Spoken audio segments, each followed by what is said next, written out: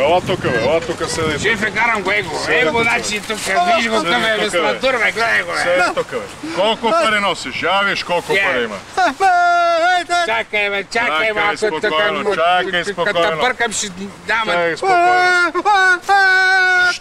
Шефе, само $2000, той нещастник, само $2000, а сега. $2000, добре.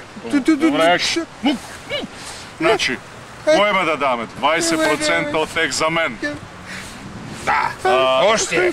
15% за тебе.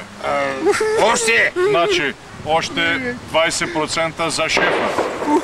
Още. Още 20% за оня големия шеф там, да.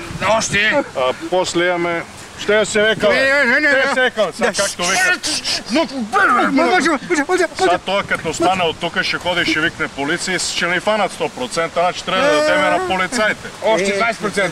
После трябва да дадеме на прокурора. Още. На следователя преди. Още. После на съдиите, после ще ни карат в затвора, после на надзирателите. На адвокат. На адвокат трябва да дадем. Шефе, знаеш какво става с адвокатите? Какво става? Ами изцепиха тарифите за... Ако го отрепим 15 години, обаче 16 000 марки е само делото. Ще убия, а не, няма да убия. Няма да те убия. Значи, след това трябва да дадем на секретарката, на онея момичета. Къде стройна с тези $2000 тук? Къде стройна? Хора, маршо тук!